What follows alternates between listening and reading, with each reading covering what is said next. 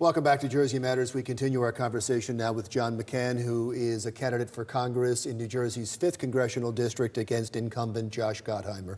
You are in an unusual district in New Jersey in that we are a very blue state, and yet that is a red district, pink district. Right. But you have more Republicans registered than Democrats, and Josh Gottheimer won under unusual circumstances. You should be, you would think, favored to win. Correct.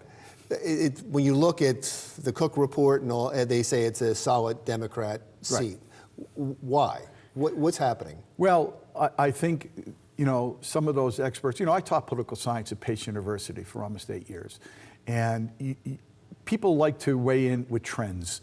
And so I think a lot of those decisions, a lot of those publications were making their expert opinions based upon trends that they saw, going right after the primary. Plus, we did have a primary in this campaign, and generally that doesn't favor the party that's having that fight.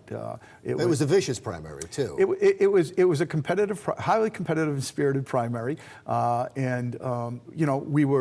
we thought we would win, and we were successful. Did you come out of it wounded?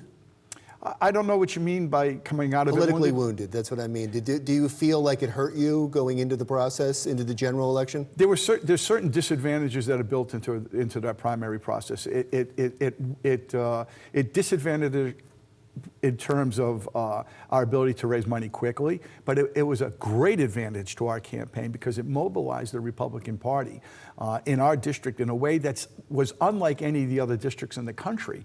The Republicans in our district, whether you voted for my opponent in that primary or for me, were highly engaged. And I'm going to be frank, it's made me a way better candidate. Oh, that's wonderful. Let me talk about the district a little bit more, because Josh Gottheimer, he knows the district too.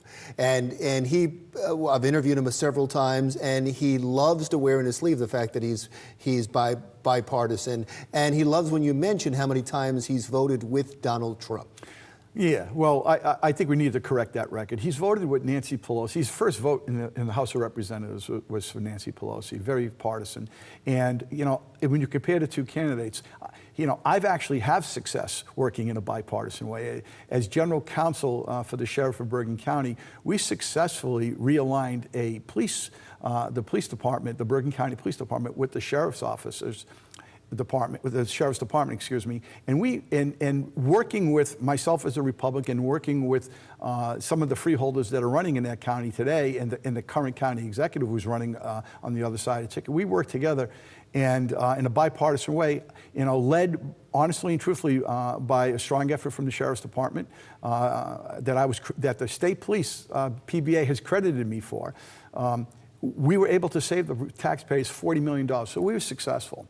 When I look at the record of my opponent, he does claim that mantle, but he's been a disaster.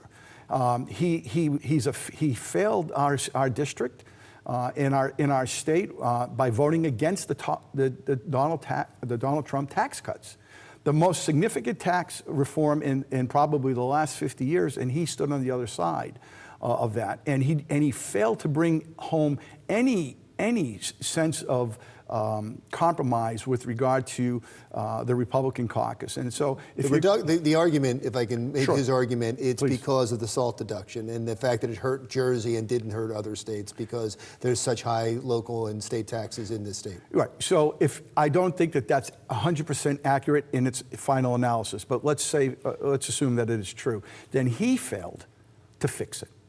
And he didn't have the ability to go into his caucus, which was the problem solvers, and move that legislation closer to where it belonged. Now, I understand that he's hurt by that SALT deduction, and I'm personally hurt by it as well. But our job is not to tolerate that and to fight for the district. And there's no evidence except for the fact that he voted against it.